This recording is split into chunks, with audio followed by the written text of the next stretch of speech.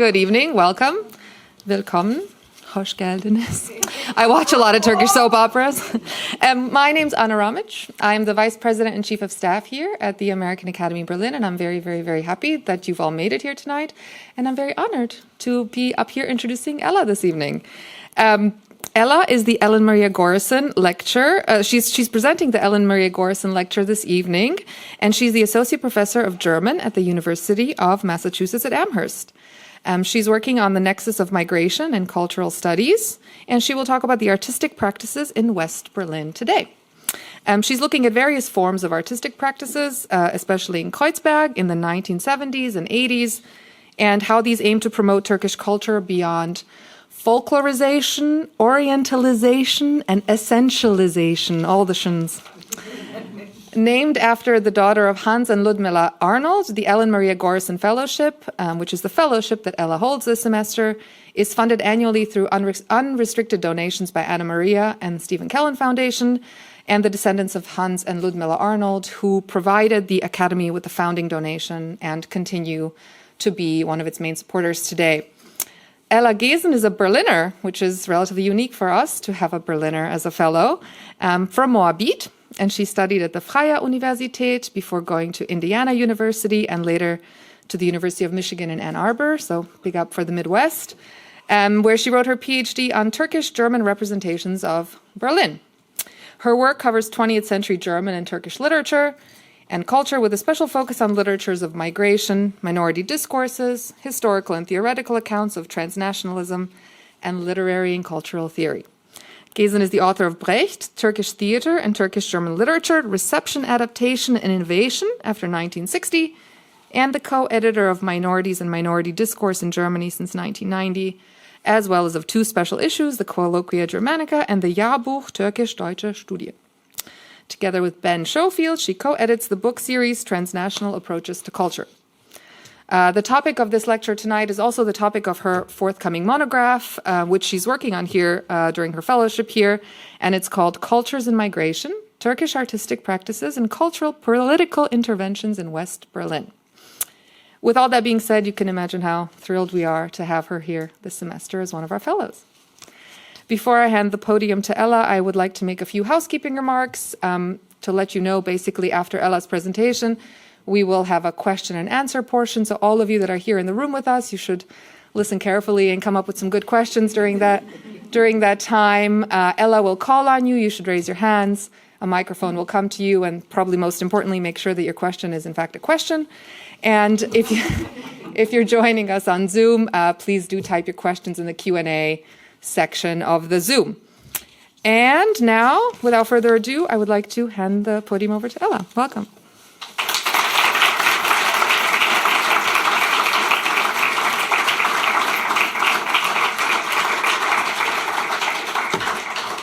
Thank you, Anna. You stole my line because I said I would bring Turkish to the Academy and you did it before me by saying Hoş geldin. So, merhaba, good evening, guten Abend.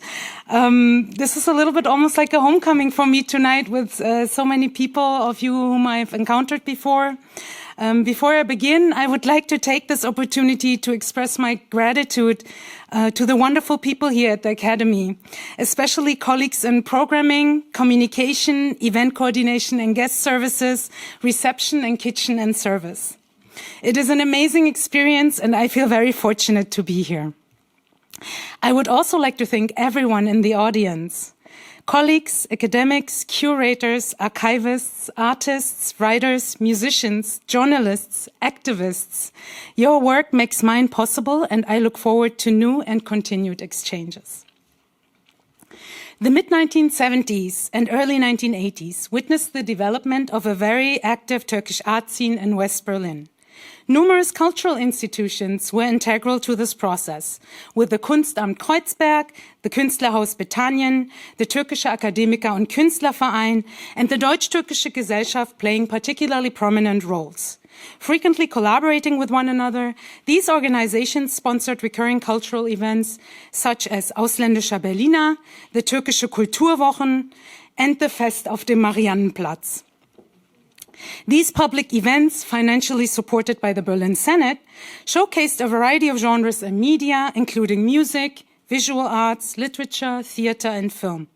Participants and organizers alike aimed to promote Turkish culture in ways that moved beyond the folklorization that had been on offer. My focus today are collaborations between the Künstlerhaus Kreuzberg and the Türkische Akademiker- und Künstlerverein, which I will discuss as an early manifestation of Turkish self-representation in West Germany, and more specifically as a key part of the formation of a Turkish public sphere in West Berlin. In addition to reading these as a current within broader efforts to represent Turkish culture as multi-layered and as essential to public political debates on integration and immigration in West Berlin, I would like to conclude by asking how we may relate cultural activities in the early phase of Turkish migration to cultural practices today. An engagement with past practices and their relationship to the present might prompt us to reconsider Turkish-German encounters of the past as situated firmly within discourses on integration, while also enabling us to discern their cultural political legacies in the way they might have inflected post-migrant frameworks and contemporary cultural interventions. In order to establish institutional settings for the planning of cultural activities, Turkish artists, intellectuals, and academics founded associations in West Berlin throughout the 1970s and 1980s with collaborative efforts presenting a particular priority.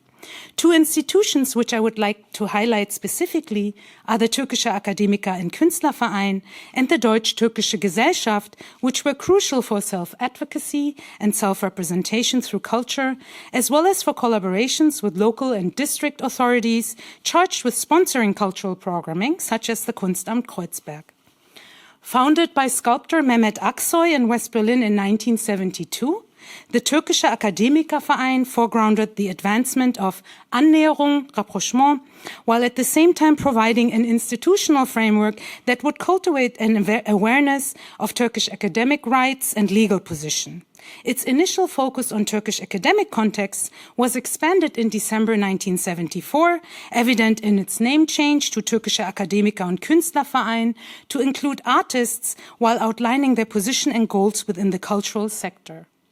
The expansion of cultural offerings for Turkish labor migrants whose cultural needs are almost entirely ignored, the enforcement of basic human rights for Turkish workers, the equality and integration, as well as the facilitation of understanding and communication between Turkish and German residents of West Berlin were integral to the association's cultural activities.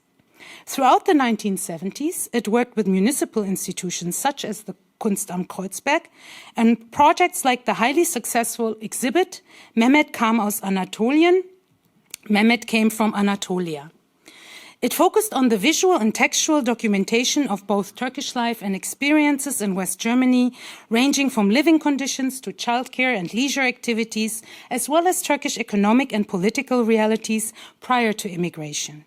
In this way, the significance of both Turkish and German socio-political specificities was made clear, with their interconnection acknowledged as an underlying factor shaping each context. The exhibit also displayed works by Turkish artists residing in Berlin.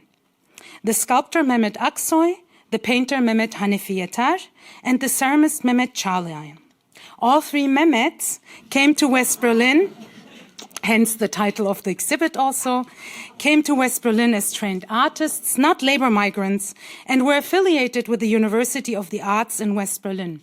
Aksoy and Yeter actually first met here and already collaborated on a variety of projects prior to this exhibit.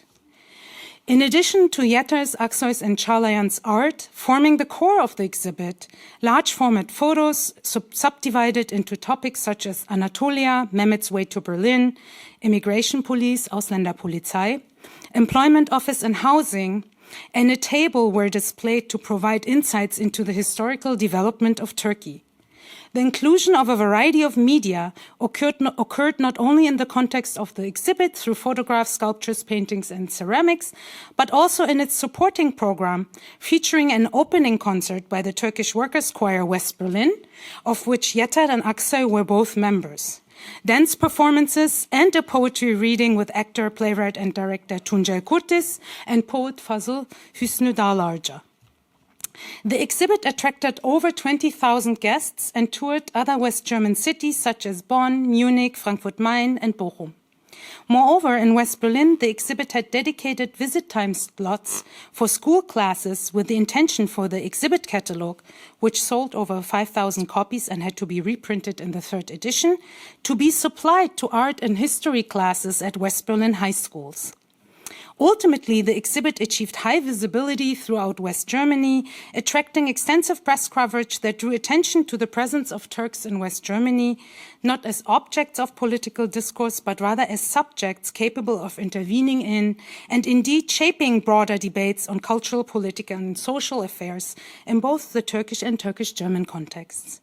Turkish dailies Hürriyet and Milliyet and the New York Times reported on the exhibit abroad, while the German newspapers Berliner Morgenpost, Der Tagesspiegel, Die Welt am Sonntag, and Stuttgarter Nachrichten printed detailed accounts in West Germany.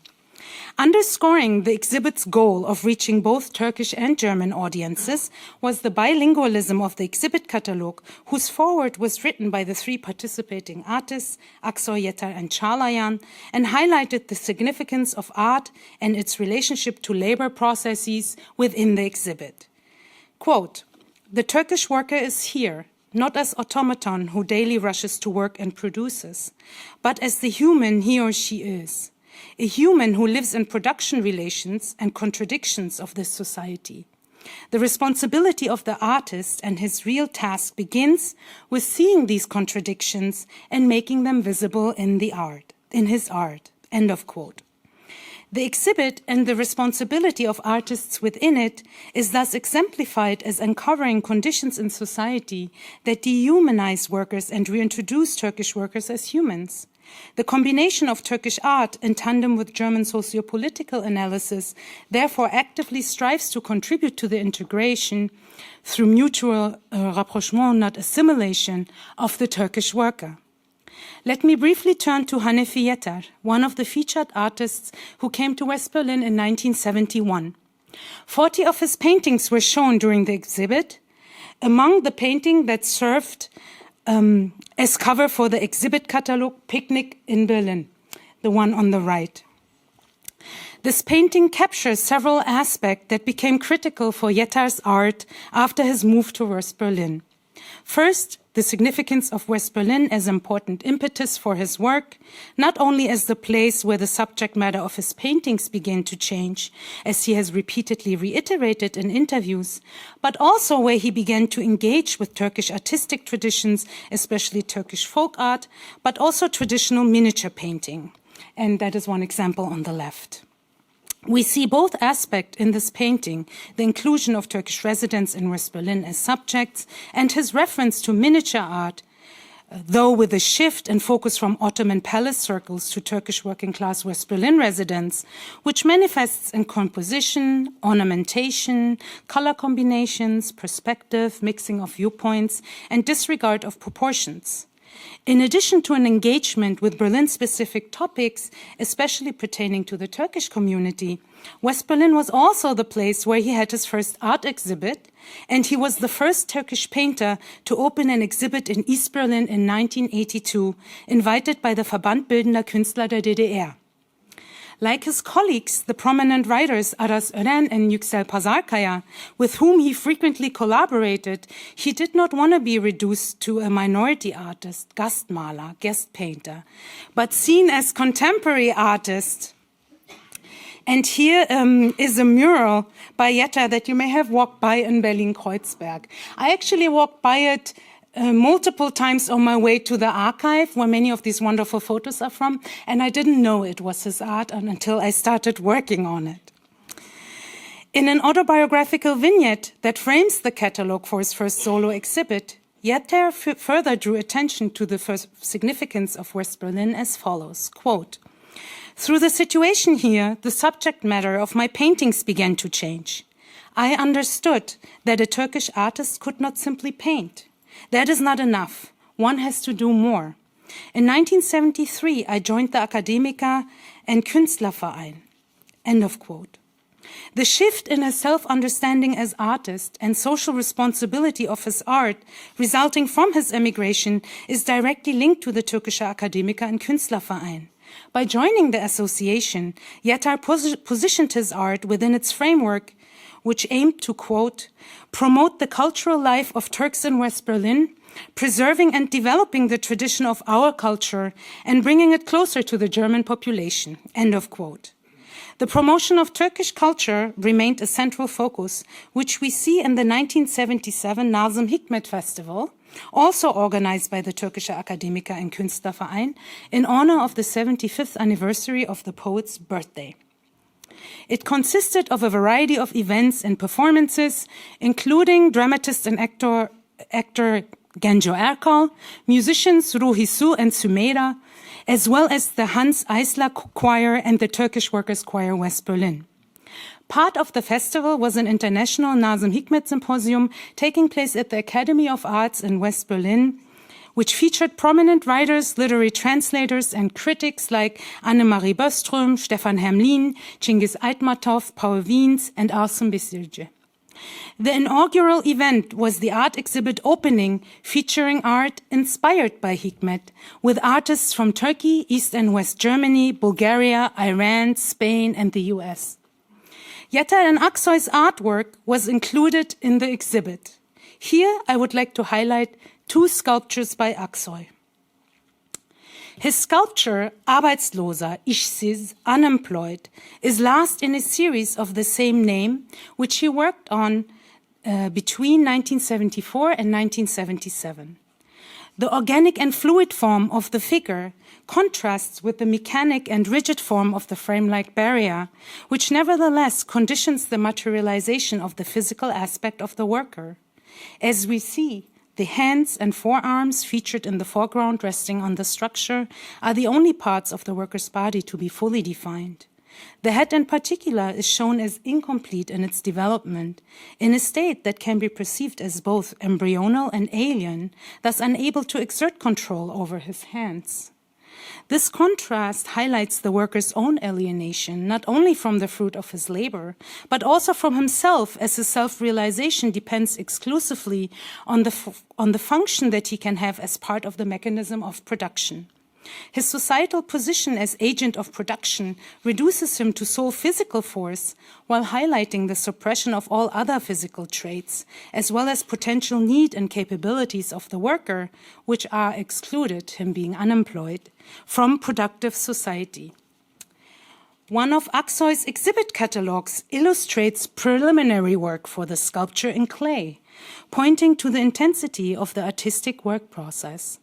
In one of the models, which you see here, you can see a head in the worker's hand and a block-like structure that was later replaced by the frame on which his arms rest.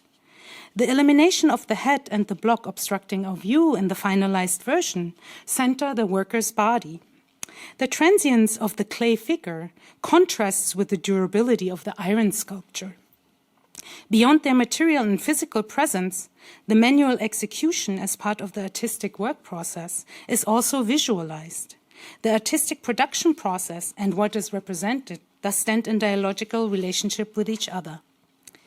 The other sculpture, Anlamak, understand, begreifen, proposes a more emancipatory possibility for the role of the workers in their self-expression and self-realization.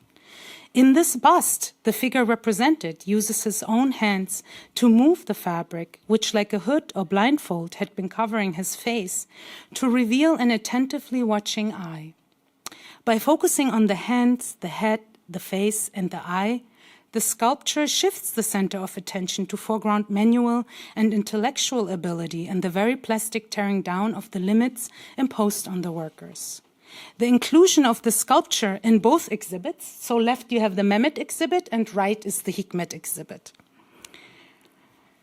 In both exhibits I discuss here today, centers Aksoy's emphasis on art's function as Kommunikationsmittel, a medium of communication, to create communal solidarity, as the sculpture invites the audience to adopt an outward-looking stance, opening oneself towards others, looking for an understanding of the problems that concern us all. Moreover, the tension between the arrested state that society has imposed on workers and the emancipatory power for change that labor, both manual and artistic, has, is present in both sculptures through the allusion to action in the forward-leaning posture in Unemployed and the eye-opening reveal in Understand. The connection established between different kinds of labor through these sculptures thus further contributes to Aksai's call for communal solidarity and engagement. As a stone bust, Understand, anlamak, also invites us to reflect on the artistic method of a stone sculptor. The direct carving exposes something that would otherwise remain hidden from the viewer, offering a connotation inherent in the sculpture's materiality. And since direct carving is a laborious process, it also emphasizes labor and labor processes in its various interpretive guises. On the worker of a sculptor, especially about this form of visualization and the transformation of stone into sculpture, Aksoy said the following, quote, "Stone becomes a sculpture. Its attention, its opening, its unveiling of its secret are now traces of the process. Or is it the continuation of time by leaving traces in the stone?" End of quote. His statement underlines the intersection of temporality, sculpture, and artist. On the one hand, processing the stone makes something visible in the literal and allegorical sense. On the other hand, Aksoy suggests a continuation of time and thus the past in the sculpture. His sculptures in the cityscape of Berlin, as for example at Kranoldplatz, and between Schlesische and Oberbaumstraße, Ischgötze. So I took these last year. Thus invite us to follow and engage the traces left behind. And I wrote a short piece on this project in the Berlin Journal, which is accessible online. This is part of a collaborative project that was realized in the context of the 750th anniversary of Berlin. And photos documenting the various exhibits I'm talking about are available online in the archive of the Kreuzberg Friedrichshain Museum Archive, if you're interested. The events of the Hikmet Festival drew sustained coverage in major newspapers from both East and West, like the Tagesspiegel, Frankfurter Rundschau, Berliner Morgenpost, Die Welt, Der Abend, and Die Wahrheit, reporting on the various festival components, and invitations to Hamburg and London followed. Published in the same year, the catalogue for this festival included first German translations of texts by Hikmet in efforts to promote his work in West Germany. And I was told that during that time in the GDR, he was already canonical. While both exhibits show intersections in their engagement with Nazım Hikmet, albeit to different degrees, the foreword to the Hikmet catalogue makes a clear distinction in focus. Quote, "The subject of this project is not the social injustices that the Turkish workers are exposed to here. That is what our first exhibit, Mehmet Came from Anatolia, was about." End of quote. It continues to highlight the universal appeal of Hikmet's oeuvre, who considered art to be in the service of class struggle, therefore emphasizing socioeconomic realities and socio-historical tendencies, and proposes his work as possible framework for encounters between all West Berlin residents. This is further supported by the bilingualism of the festival components and the exhibit catalogue, as was the case with the Mehmet exhibit. Both exhibits' bilingualism and inclusion of multimedia formats presented a common trend we see in various cultural practices, including theater performances, musical and literary events, as well as bilingual publication formats, which are the focus of two further chapters in my current book project, and I'd be happy to talk more about this later, maybe over wine while we circulate. The Hikmet Festival was another collaboration between the Türkische Akademiker- und Künstlerverein and the Kunstamt Kreuzberg. The Kunstamt, a public district authority that was active in municipal work and devoted 1/4 of its program to, quote, engagement with the cultures of foreigners living in the district, end of quote. As part of these efforts, it organized an annual Fest auf dem Mariannenplatz and a variety of collaborative projects, such as the two aforementioned exhibits, as well as the Morgens Deutschland, Abends Türkei exhibit in 1981, the catalogue of the latter, in addition to 200 photos and articles on a variety of topics, ranging from reasons for emigration to the legal situation of Turkish workers, also included poems by Aras Ören. The Kunstamt, especially under the leadership of Christa Tebbe, and let me just go back, that's Christa Tebbe, who succeeded Dieter Ruckhaberle in 1977 and held this position until 2002, made further significant contributions by providing workspaces, performance spaces, and exhibit spaces for cultural activities, while at the same time continuously urging the Berlin Senate to financially support such activities and the institutionalization of various cultural efforts in the district. It was not until 1981 that the Berlin Senate allocated a distinct budget for so-called Ausländerkulturarbeit, foreigners' cultural work, that would be used by the Berlin districts, including Kreuzberg. Christa Tebbe is also to be credited for the establishment of the renovated and reopened Ballhaus Nauninstraße as space of everyday cultural offerings emanating from target group-oriented cultural work with residents in its environment, which featured continued international cultural programming in 1893.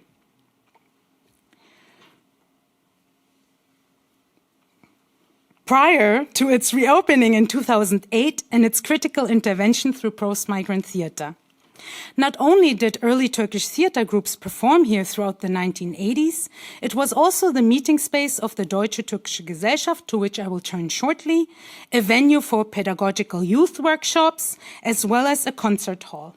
And so this is what it looked like when it reopened in 83, and I added a poster for a music festival that took place there in 84. Yes? Yes. Yes. So it was renovated based on Christa Tebbe's efforts and reopened in 83 als kommunale Kulturspielstätte. So it was tied to the district. It was even briefly considered as a space to house the Türkei Archiv e.V., Turkey Archive, which was founded in West Berlin in 1981 and is the Vorläuferorganisation, precursor of the DOMIT, a pioneering institution and first of its kind in Germany to document, exhibit, collect, and house objects pertaining to migration that has been critical in the musealization of migration, culminating in the first migration museum, which is now scheduled to open in 2027. When I started this research, it was 25. So hopefully 27. Thus foregrounding the significance of West Berlin not only as central location, but also archive of Turkish cultural activities. The Türkische Akademiker- und Künstlerverein, as well as the Kunstamt Kreuzberg, repeatedly emphasized the need to move beyond exoticizing folkloristic presentations of Turkish culture.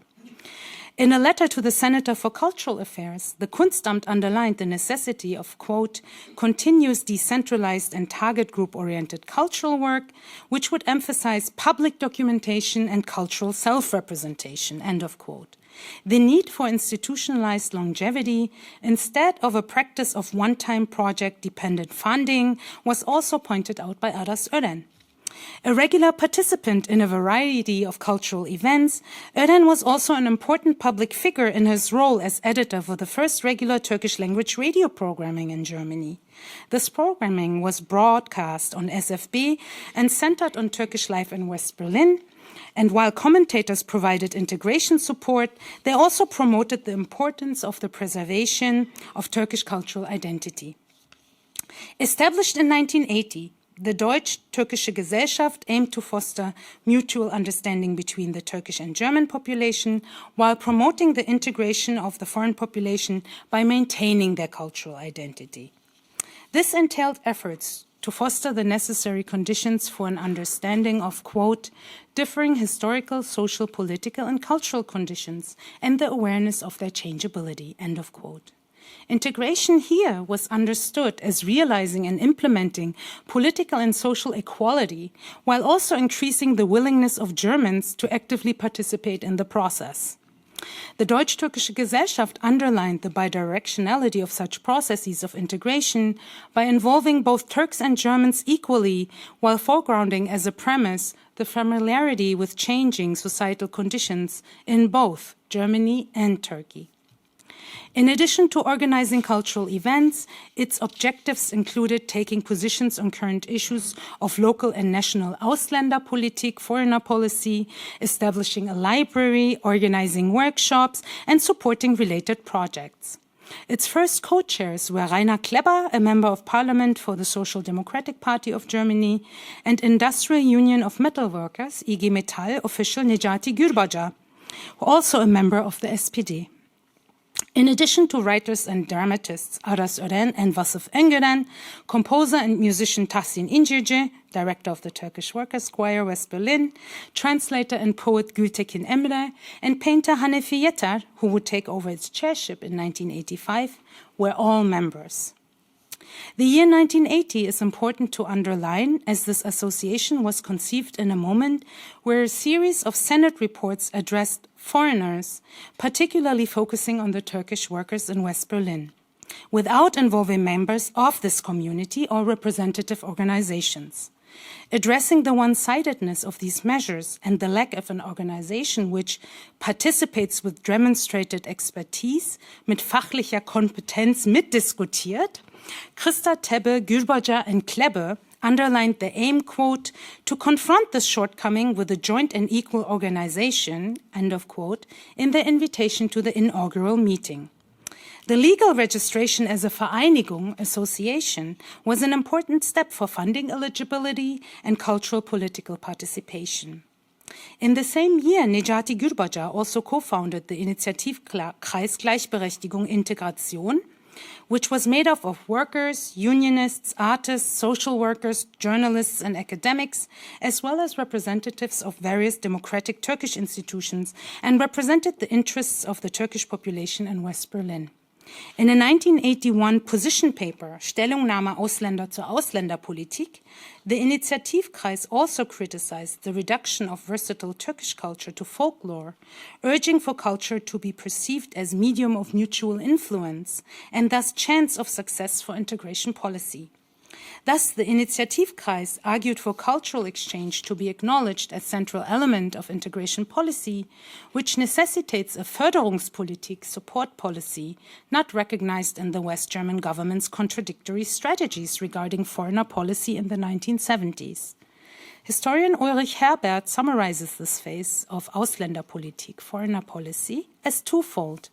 On the one hand, the limitation of the number of foreigners, the encouragement for return, sustenance of a strong connection to home countries, and the rejection of a process toward immigration, and on the other hand, the implementation of measures for integration of those already living in Germany. The Initiativkreis, in turn, conceived of integration as political and legal equality, as reciprocal process, a rapprochement and acceptance of cultural diversity, views we have seen promoted and practiced by Turkish artists. Vital to our understanding of Turkish cultural activity in this period is, as Dorothea Vorbeck argues in her 1983 documentary volume Türkische Kulturarbeit in der Bundesrepublik, Deutschland, demonstrative self-representation, demonstrative Selbstdarstellung, particularly in the face of the discursive construction of Turks as others, essentially different, socially peripheral, and thus non-integrable within German society. Turkish artists, in collaboration with municipal and artist institutions, aimed at countering juxtapositions of Turkish with German culture as diametrically opposed, homogeneous static entities, opting instead for new modes of cultural engagement which rested on neither complete assimilation nor musealization of the home culture. Various foreigner cultural associations and institutions continually emphasized the importance of establishing an enduring platform for such cultural encounters, which in turn required spatial and personnel infrastructures, an increase in municipal funds, and a governance model that provided all participants with a say in how culture would be defined, so that cultural events of many different kinds could be supported. The question of availability and distribution of funds is crucial for understanding Turkish cultural activity and for reconstructing the municipal and state authorities' perception of so-called foreigners' cultural work within larger political debates on immigration and integration. While I won't be able to address it further in my talk today, in my larger project I will examine the West Berlin Senate for Cultural Affairs' provision and justification of funds for foreigners' cultural work, while also considering how Turkish artists and cultural producers were marginalized through their eligibility for only those cultural funds designated for foreigners' affairs through processes that sociologist Kira Koznick has described as exhibiting a whiteness of cultural policy. The significance of culture for minoritized communities as a means to formulate possibilities for political extended participation and to challenge and intervene into German public political discourse on integration and immigration, especially their political instrumentalization, is of course not limited to the events and time period I focused on today. Let me turn to a few recent examples. The Gorki Theater's third Herbstsalon event series took place in November 2017 and featured 100 visual and performing artists. In the aftermath of the 2017 German elections, as a result of which Germany saw a far-right party, the AfD, enter parliament for the first time since 1945, the Herbstsalon used its title to call for their audience to desintegriert euch, deintegrate yourselves. This call was tantamount to an artistic rejection of the notion of so-called German Leitkultur and to an interrogation of generalizing requests to integrate, against which the Gorki Theater instead promoted radical diversity.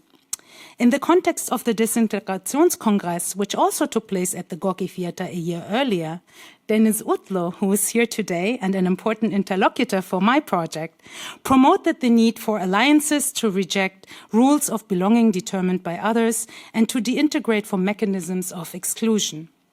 In 2020, the Tage Jüdisch-Muslimischer Leitkultur framed its search of a plural and post-migrant German present and intervention into German dominant culture with reference to three key dates: 30 years of unification, 20 years of Leitkultur debate, and 10 years after the publication of Thilo Sarrazin's Kampfschrift, a pamphlet of neo-Völkisch thought. The aim was to quote, think German society as it is a society of radical diversity, which necessitates other political concepts beyond integration and Leitkultur. End of quote. It is not my intention to equate socio-political realities and historic specificities of the 70s and early 80s with the present. Nor do I perceive the developments in Turkish German culture from early manifestations as direct continuations of tradition with a linear teleology or singular genealogy.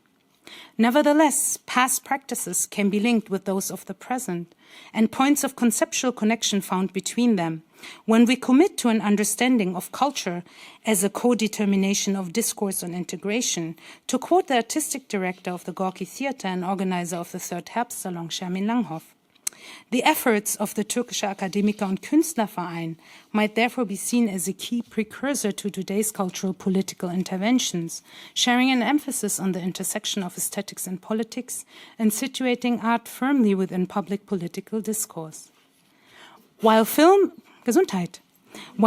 and literature have long played a central role in Turkish German studies scholarship, with the status of post-migrant theater increasing over the past 2 decades, almost no attention has been given to the cultural activities of the 1970s and 80s.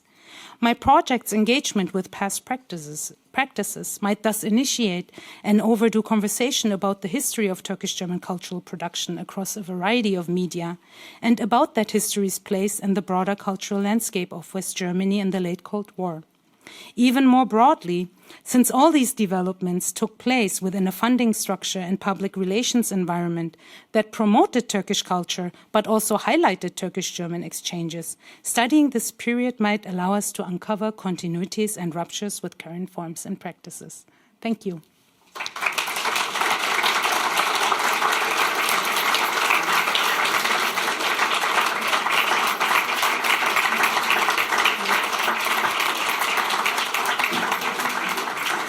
These lights are very hot. So excuse me if I'm melting away while we discuss. No, you made it perfectly in 3 languages with the Aussprachen alle perfekt. Yeah, really impressive, really. Teşekkür ederim. My pleasure. Ja, İpek. Also, Julian is bringing the mic. Oh, yeah. I have a question. Thank you a lot for the inputs. I think the singer was Silvesterfete we were talking about, the jazz singer.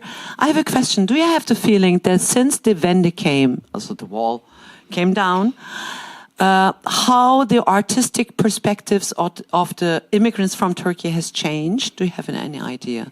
And then we had also this, because you mentioned all just recently the years like last year at Herbstsalon, which also started to happen after this this signature of the academics in Turkey. Well, 5 years ago, many academics from Turkey started to come over to Germany. Yes. So, and how would you say, or maybe, I don't know, I'm just making it up. How has changed all the artistic expressions of the immigrants from Turkey in Germany or in Berlin? Let's stay in Berlin. Mm-hmm. That's a difficult question because I would have to be able to follow more closely.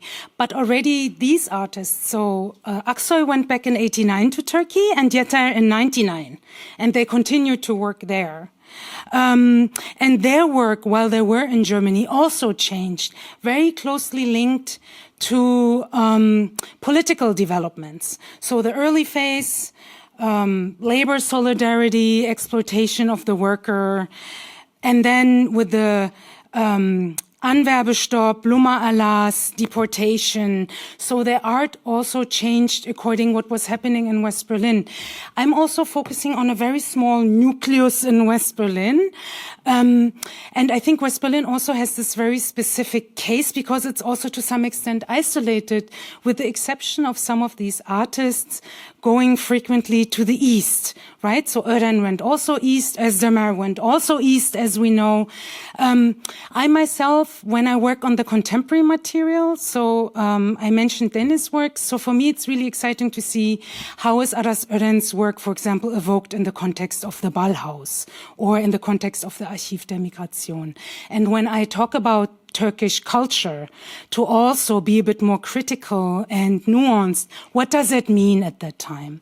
So there were events in the Kurdish language, in Persian, in the Ballhaus, but in the context of the Türkische Akademiker und Künstlerverein, I don't see the differentiation, for example. And so I'm also interested in theater, so sometimes it's a little bit here and it's a little bit there. And based on my interest in theater, I was looking at the Kurdish theater network Nexus, which brings together Kurdish theater practitioners from the first and second generation and recent arrivals. So I'm very interested in how recent migrations impact, but I think I will address that at the end of my project. Right now, I have to say, Mehmet Aksoy has really wrapped me around his finger. I'm really in love with his artwork. And, as a literary scholar, to read sculpture, that's also a very different challenge. But I want to read the aesthetic aspects of the work.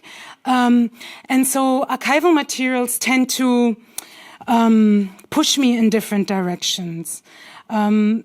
I see maybe a generational difference and topics changing also, yeah? I mean, we have right now the 60th year of Anwerbeabkommen, whatever that means in English.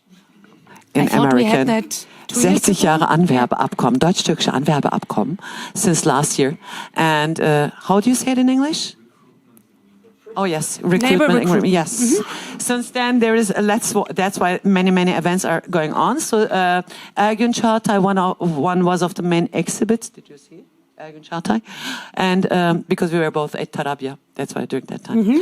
And what for example, Theatrum is also in theater space, mm-hmm. But you didn't mention it. But I guess it was later than 84, because 84 was at the same time, the time in Turkey where all left-wing and Devsol had to leave and refuge in Germany. I look at amateur ensembles. And there was a lot of contention with Theatrum getting all the funds, whereas some of the smaller ensembles were struggling to stay alive. Vasıf Öngören, very well known. He's also very important for both Ören and Özdamar. He rebuilt the Kollektivtheater in the 80s, but then went to the Netherlands in 82 because of issues with funding, yeah, the lack of space. Where was I going with this? 80s theater, yes, amateur ensembles. So I am interested in the Kollektivtheater, which also collaborated with the Theatermanufaktur.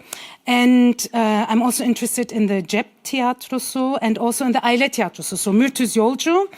And, you know, so my work is only possible when I get access to, when materials are archived. That's why Dennis's work, again, is so important, the Archive of Migration, and everybody else who was here during that time, when materials are archived and also made accessible. So the Ballhaus documents have been inventorized last summer, and so I spent the summer in the archive. I will return there, and I just co-wrote a piece with a colleague of mine on the cultural programming of the Ballhaus in the 80s.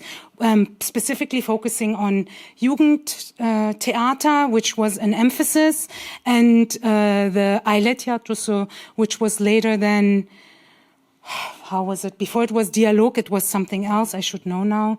Because Mürtüz Yolcu he donated his documents.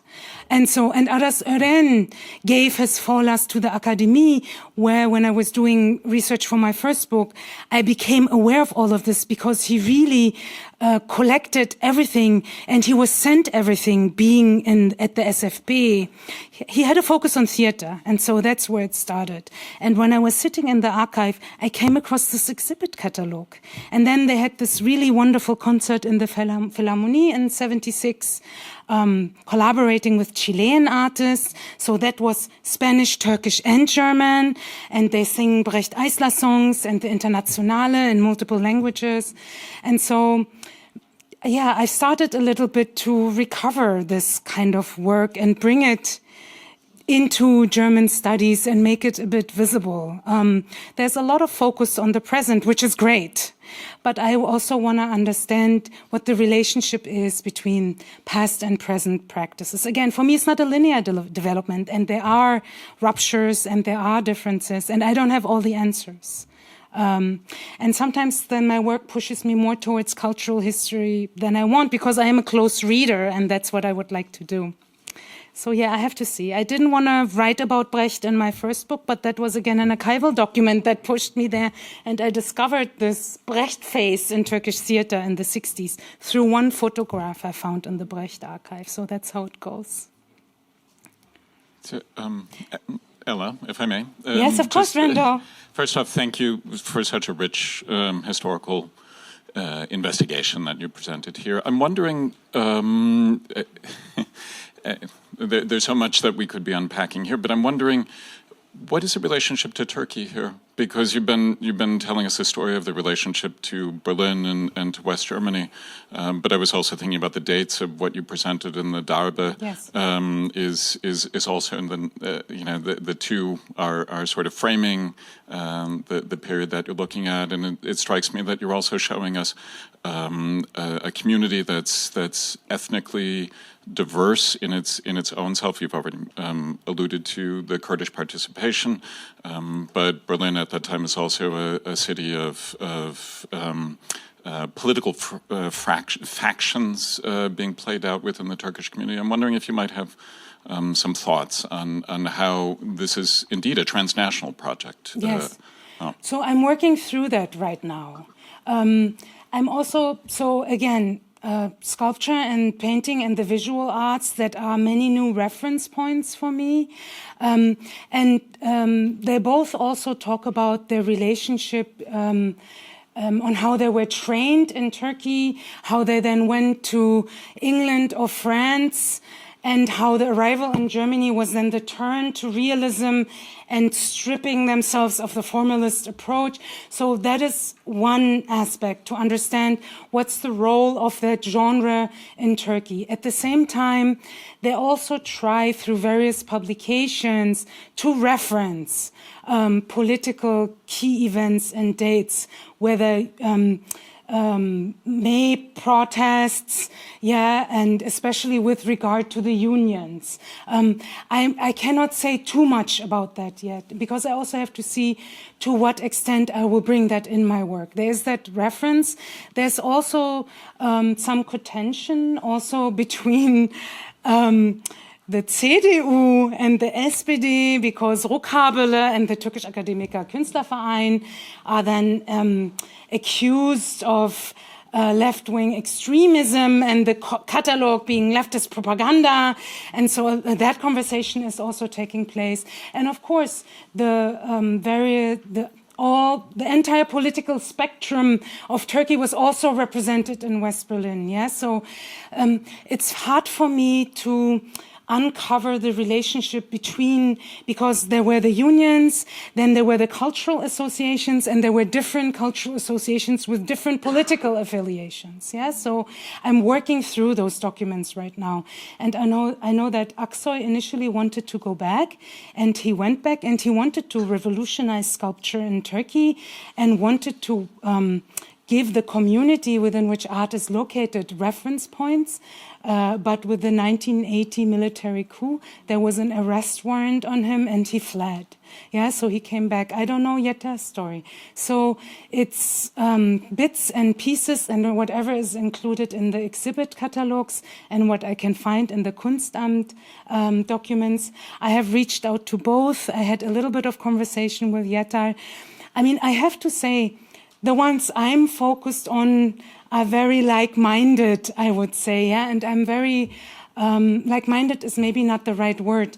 I see the same actors in different collaborative projects, yeah. I see Pazarkaya, I see Ören, I see İnceci, I see Aksoy, I see Yeter, and there are certainly also, there's friction, and there was supposed to be a collaboration with the Academy of Arts, and that fell through, because also there were, I think, different kinds of visions on how to realize it. But the documents I have to rely on are also municipal and Senate documents. Yeah, so I want to ensure before I engage with this story to see what documents are available to me and whose perspective is represented. What surprised me a lot, what I didn't expect, was this emphasis on the significance of culture for integration and really pressuring the Senate. And I have to say, I was also very surprised to see that the Senate declared Germany as a country of, the West Berlin Senate declared West Germany as a country of immigration in '81, whereas on the federal level, that came much, much, much later. So I meandered away a bit just to say that I haven't looked into detail, but there are, of course, political references. I know, for example, when I talked to Tahsin İnceci, his first album, where international workers' marches sung in Turkish for the first time, including the International, and I know that those tapes circulated on the black market in the union context, yeah? But that was something I found out based on a conversation I was able. That's not documented anywhere. And I'm not doing this kind of research. So, yeah, I rely on the documents, just to say that. But there is that reference. But I also have to say, I'm very West Berlin focused, and even Kreuzberg, so it's very, very limited. And I'm also sifting through a lot of Senate documents to understand what is Ausländerpolitik, was ist Ausländerkulturarbeit, and what are the funding structures in place, and what kind of continuities in that do we see later. I should stop talking now, I'm sorry. Thank you, Ela, for a wonderful talk. I wanted to ask you, understanding that you are a literary scholar and not an art historian or an art critic, if you would nonetheless speculate on the material form that some of these artists took in terms of the materials that they work with, and also the emplacement that they chose for the artworks.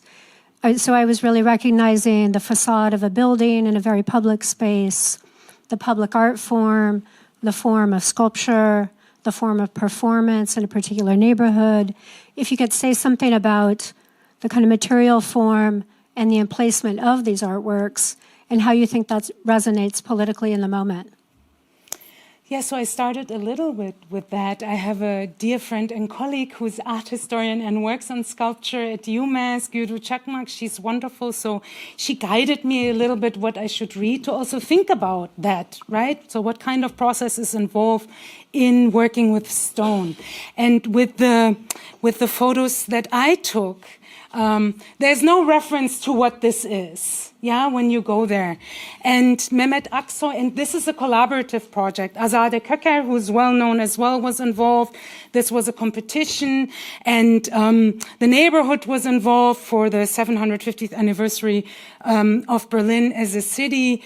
And Aksoy, I think, even worked on site with some of these, and it was a multi-year project. I'm starting to think about that because so I wrote about this for the Berlin Journal, which happened much later in the 80s, because I never heard of it. This is at Schlesisches Tor, and this was supposed to really focus on that area as a focal point of immigration over 200 years ago, referencing the Schlesier, of course, and it was supposed to become a meeting point for all residents, but also give immigrants a reference point in the community where they are. So something I started engaging with is a little bit of museum studies discourse, the musealization of migration, to also understand. I'm sad that Nathalie Bayer is not here, the wonderful director of the Friedrichshain Kreuzberg Museum. I talked to her recently, and just to understand what falls under whose purview in the city. And so maintaining this doesn't fall under their purview, which it should, in my view. It has to do with Straßen, something she explained to me. So Aksoy and the artists had to pay for it to be cleaned once. This is the state that is in. And initially, there was another sculpture by Aksoy in Bökeler Park, which was a wonderful project with youth, which was moved away by the BSR because it was deemed as trash. And nobody was consulted. And so while this is not, so my focus in my project are the exhibits where the objects were sold or taken back by the artists. So it's also a different kind of temporality and context within which we engage with them. You saw that the Anlamak, the understand, it was used in multiple contexts, and sometimes, and it references poems by Nazım Hikmet, and sometimes they had excerpts from his work. So here then I do read the literary excerpt with sculpture together. So how does the text respond to the visual? And so here we don't know what it is. We don't know who created it. It is in the cityscape. And how does that relate to larger conversations about the public memory regarding migration in the city or country, or the narratives that dominate and circulate? So, and with the murals, so I don't know, there were other murals that were painted over by Hanefi Yatar. Aksoy has another one in Potsdam, which is maintained very differently, because from what I learned, marble is very sensitive to the elements. So I think in winter, it's even stored indoors somewhere.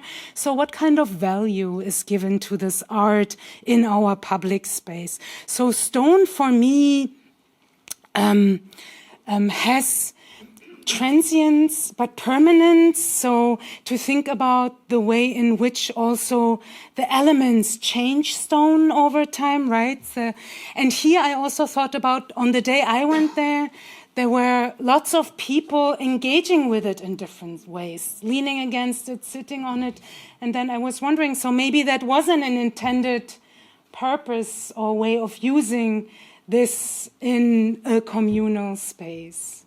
So I don't know if that really answered your question. So, but you know, I'm learning new things, what the process involves for like the iron structure, for example. You know, learning that there are multiple smaller sketches or clay elements, where are those? Yeah, so if they were not photographed, can we find them? Did they disappear? Were they thrown away? So these are things I think about. But again, I think as it becomes clear, as I'm very much still deciding, I don't know yet. I want to do readings of them, but I don't know if I will, because I find all these new things. We're down the street from the LCB, where I discovered that there was a Türkisches Autorentreffen, so an author meeting, where, again, the authors I'm working on are involved, and I had access to the documents, so I wrote about that too. So there's a lot to put together. So I think I have to decide what I want to do. So do I go cultural history and do I do reading? But yes, I mean, painting is also different than having engaged with literature for a long time. I was really amazed by my own reaction as a viewer, what kind of response I had to the sculpture in particularly. And Aras Ören's work was very much, and the Turkish Workers' Choir, about international workers' solidarity that I then saw encapsulated in a single sculpture and the kind of immediacy that has. So I'm still thinking through these things, but for the events to also really address music, literature, and the visual arts, that's really amazing to me already, to have a common theme that would be represented in a variety of ways, collaboratively. So, sorry, I already have the mic, and I am the voice of our Zoom guests. We have received 2 questions in the Zoom, and I would like to quickly read them for you, Ela, and for everyone. So I'm asking on behalf of the first person. The question is, you stressed the outreach undertaken by the Mehmet aus Anatolien exhibit, especially to both Turkish and German school kids. I am wondering if you have encountered anyone, now 40 to 45 years later, who as children might have had any memories of that exhibit, and in other words, is there any evidence or of impact or legacy of that exhibit today? And the second question is very similar, or similar in Will you tell me who those are? I have some students in the audience. This is Mark Silberman. Thank you, Mark. Not a student. And then a second question is, how much do you think the Turkish artists of today from West Berlin are affected by the art scene and the artists from the 1980s? Any similarities or differences? Thank you. Yes. So I don't know that generation, you know, so I was born 77. And so, but when I went to school, there were no references like this available. Yeah. So I don't know how it impacted that generation. I know I can recognize some names in theater and in the youth project with Aksoy, who are now active in the theater or cultural scene. So that is not something I've seen documented. Most of the documents that I access at the Kreuzberg Friedrichshain Museum are those by the Kunstamt Kreuzberg, right? So Pressemitteilung. I was amazed, first of all, that there was this regular Schulmitteilung oder Schulrundbrief, which really put together what kind of events are available to offer programming for all ages. I saw kindergarten, I saw elementary school, I saw high school, different arts project, theater project, a lot of events, and also at the Ballhaus that always had a workshop component to facilitate exchange and conversation. But Mark, I have no documents on the impact. So whoever watches it and engaged with the exhibit in that time period, please reach out to me. I would be eager to find out, because the kind of impact and legacy is something that I'm interested in, of course. The second question, how contemporary artists are influenced, I really don't know. I also have to say, again, I'm already somebody who's juggling a lot of different disciplines that I'm not trained in. So I'm trying to stay in my time period and trying to limit that. Because, you know, the contemporary is also, so I'm aware, as Ipek also said, there are multiple migrations, multiple moments when people come. There are political interventions and events, racist pogroms and attacks, which also have an impact. I understand that culture also changes and responds to these, and that different generations encounter each other. So I don't know, apart from my brief work on that Kurdish theater network, which also really emphasized the possibility for earlier generations to meet with later generations, I don't know. And so my colleague, Mert Bahadur Reisoğlu, who is in Istanbul, I learned from him a lot about the contemporary scene and connections also between the contemporary Turkish art scene in Turkey and here, but also not only here, because they also went to the UK and elsewhere. So what kind of European networks are emerging from that. But I really don't know. I'm maybe limited. I don't know if that's the word. I stick to my time period, and otherwise it's really overwhelming, exciting, overwhelming, and yes. So, and the archival documents are really, they have a mind of their own, and they decide what, you know them all. Okay. I was born in 72 and I'm raised up in Berlin. I know them all. I even saw the exhibit. So we talk. But it's been a while. Yes. So we talk. Johanna, we have had their arm up for a while up here, but I haven't. Have you seen it, Julian? Maybe the colleague in the second row, and then maybe Susanne, and then the colleague over there. Thank you so much. It was a fascinating lecture. Thank you so much for this wonderful opportunity to hear a different side that I know partially from someone coming from Turkey. But what I find very striking in your research, because I will go back to your timeline, I want to stick there. Because Hanefi Yeter's wife is a painter. I mean, we had, also you mentioned Azade Köker's name. Also there's Ayşe Erkmen, who was present and active during that time. But in your research, because you said you are sticking to the material, the archival material, it just struck me the lack of women artist names in the research. What is your observation, your personal take on this situation? It's some of the artists, some of the exhibitions that you have mentioned sounds like a boys' club. That just really disturbs me. But at the same time, I understand. But I was just wondering if you have observed that and how you just look into this lack of women artist names in these archives. Yeah, so again, sticking in the time frame, I'm looking at 3 different case studies. So I'm also selectively looking. So this is not a comprehensive presentation of all activities. There were a lot of activities that will form another chapter, collaborations with the Kunstamt, that are not only male-dominated, And there are many projects in sculpture that also involve non-male artists, So I didn't mention them specifically here.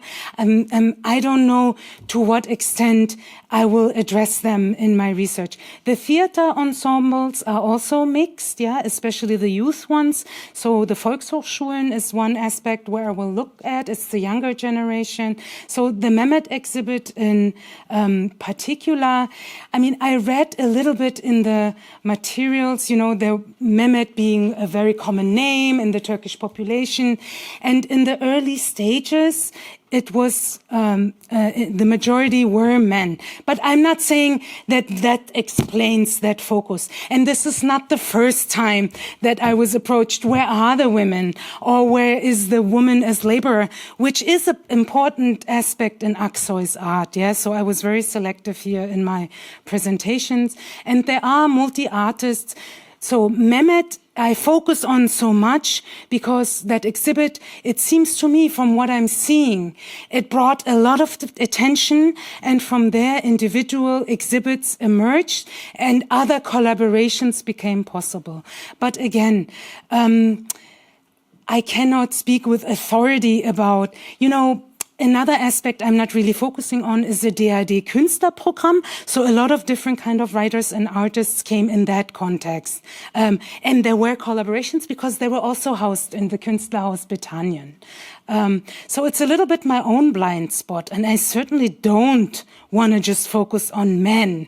That's not the case, yeah? And that's not the case, for example, also in my theater chapter, because Meral Taygün collaborated with Vasıf Öngören, yeah? So maybe in Mehmet, and that's also not the case in the Nazım Hikmet exhibit.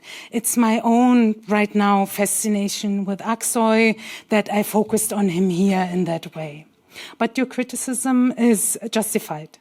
It was not a criticism. I was wondering, because you mentioned that you stick to an archival material. Yes. That's why I was just wondering if it is lack of women artists. No. It's a partly, but it was also partly a lack of women female artists. Also, concerning of the structure how the immigration during the 60s and 70s happened. So most of the women were coming first as the workers, and then they had the factory work, and then they got their guys. Come on. And those few, like when we say 70% was a working migration, let's say 10% was a academic migration, 15% was a political migration. And within the political migration, how many female artists were there who happened to be funded by the government to show their work? And I know as a female artist nowadays how hard it is to get into male artist work. And when we look into the academics, it's still white men. So in many places, still white men and men. If it's not white, then it's still men. So it's no wonder if there's the female artistic works were not archived. So.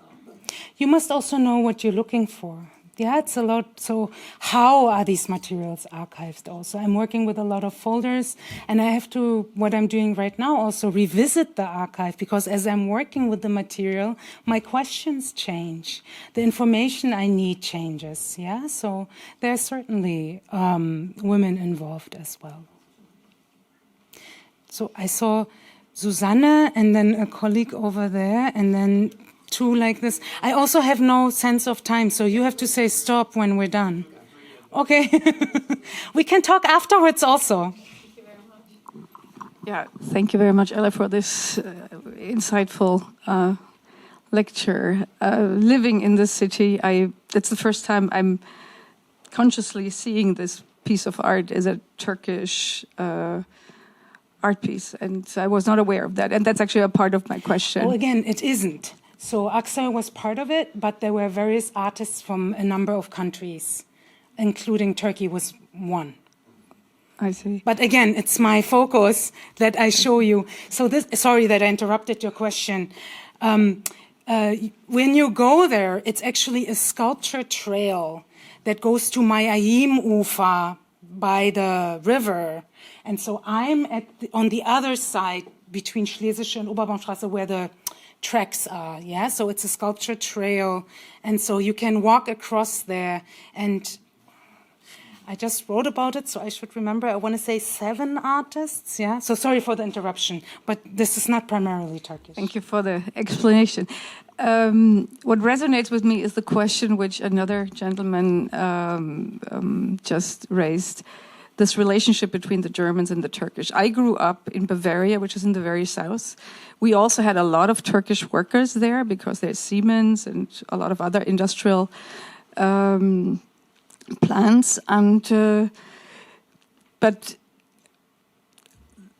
there was not much of a relationship, actually. Only in 1985, when Günter Wallraff came up with his book Ganz unten, everybody was aware of the exploitation of the workers, and all of a sudden it came to our consciousness. I mean, I was in school at the time, but however, And all of a sudden, everybody was interested in the topic. But I'm raised in a family which is actually quite art-oriented and interested, and I cannot remember that we had any interaction with that. I mean, maybe that's a very conservative part of the country, but I would be really interested in why is that? Because there were so few artists and so little literature produced which was shared, or was it just not shared because the country was not interested, it was not a part of the education, there was not readiness for that?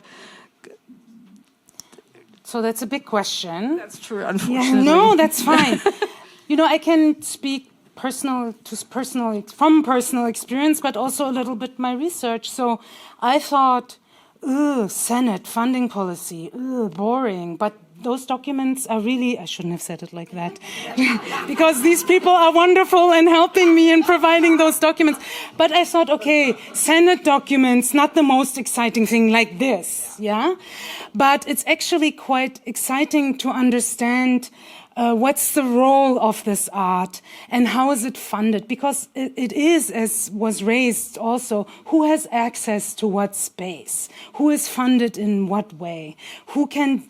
Doing continuous work was really a problem because funding was often project dependent, which was also criticized, with the exception of the Schaubühne and the Theatrum, and there were different kind of issues. The amateur ensembles in theater, for example, got very little funding. And then visibility, I can only speak to the West Berlin experience, which I think is different, although I heard of parallels in Cologne or Duisburg or Essen. Yeah, and then there were different chapters of different organizations. I mean, visibility, who decides on the curriculum? What kind of curriculum with does not include migration as a reference point, either in literature, culture, or history? That is a problem. And so I was amazed that these programs, they existed, and as you maybe heard from the little bit I shared, the Verständigung and communication element was really strong.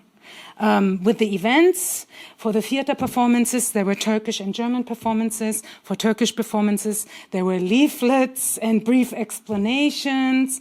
And for the concerts also, always access for German language audiences.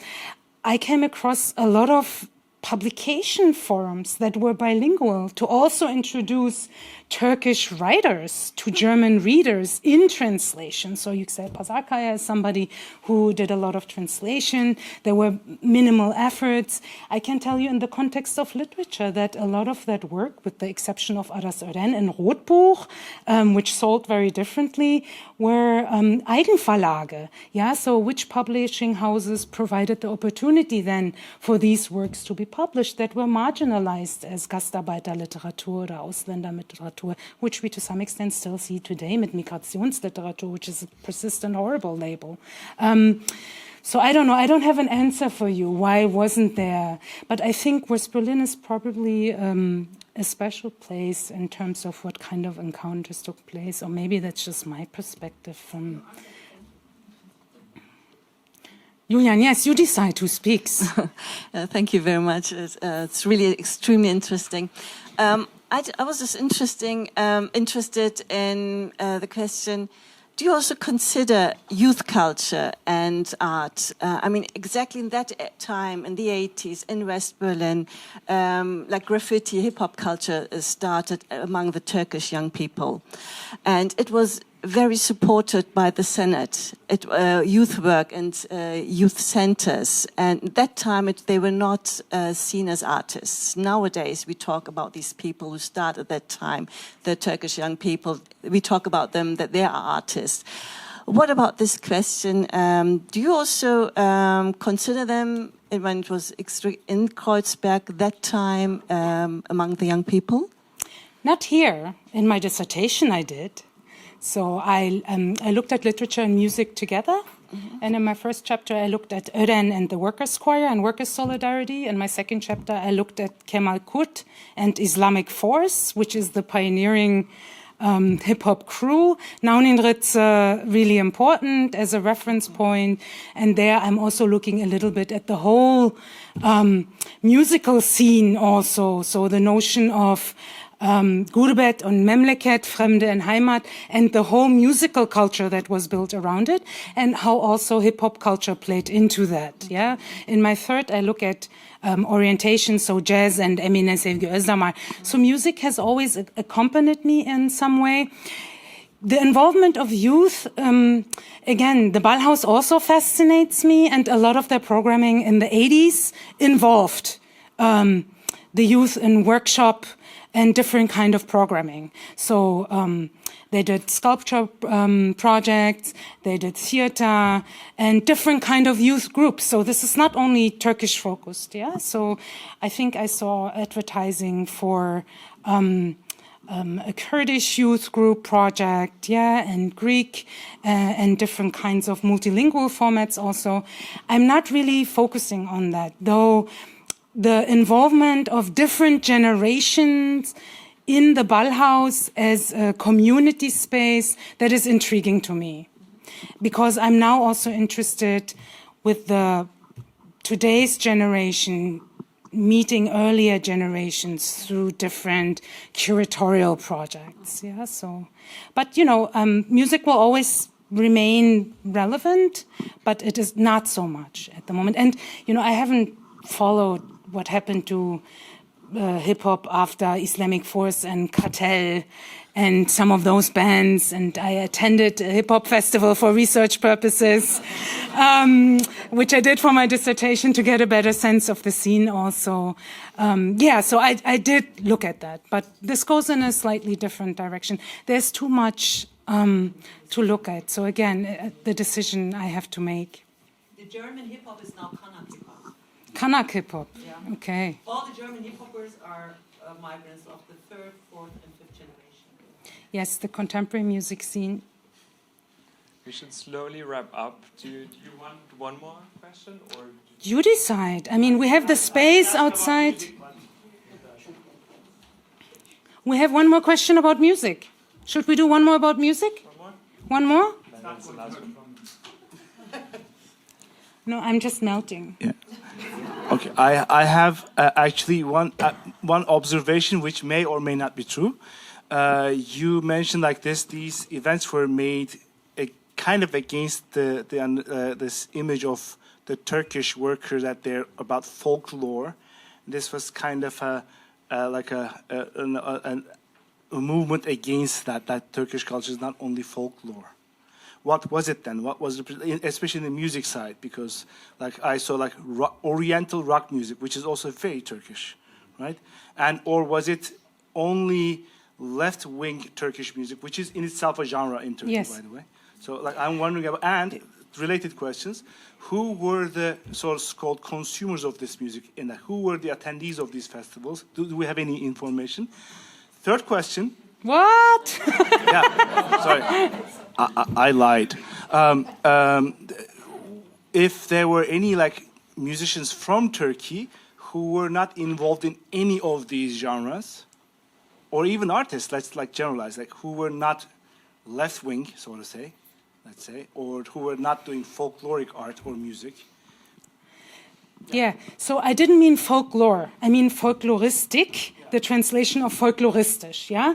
So I think the criticism was against a static, homogeneous, one-sided understanding of what Turkish culture is, and also for the district authorities or the Senate to decide what to fund. I mean, there was this one particular event around this time in Tempodrom, I think, where they restaged a Turkish wedding for I don't know how many thousands of marks went into financing that, for example. Yeah, so it was really about Turkish artists, musicians being involved in what kind of events. Yeah, so having a say. and also introduce Germans to what Turkish culture is in its many varied ways. Yeah, so I think there's also a differentiation between, you know, those of you who also grew up here. I went to many, my parents dragged me to all kinds of cultural associations, and I danced folklore there, and singing, and these kind of events were important community events while growing up. And so in terms of, I think it's about who gets to decide what is funded and who gets to decide what is put on stage or performed. Because it was really an issue, the lack of space, the lack of infrastructure, the lack of funds. And there were artists already in West Berlin, but they also invited. So Genco Erkal came many times, Ruhi Su came many times, and there were all these Gurbet konserleri, which sold out. I mean, this recent documentary, right, Aşk, Ölüm, D-Mark, focuses on that, right? How everybody flocked to these concerts, how that was its own industry, and the tapes, of course. So, but different kind of. So the Ballhaus has really cute little programs. It's not my computer, otherwise I would show you, where bi-monthly, where they would really show the range of programming they had.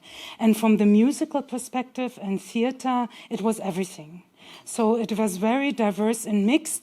And I think what the Kunstamt did, which is one reason why I really focus on them, is to work very closely with different artists and with people in the community to decide on the cultural programming. Yes, I don't want to say too many details about the curating process. I wish Martin Duispohl was here.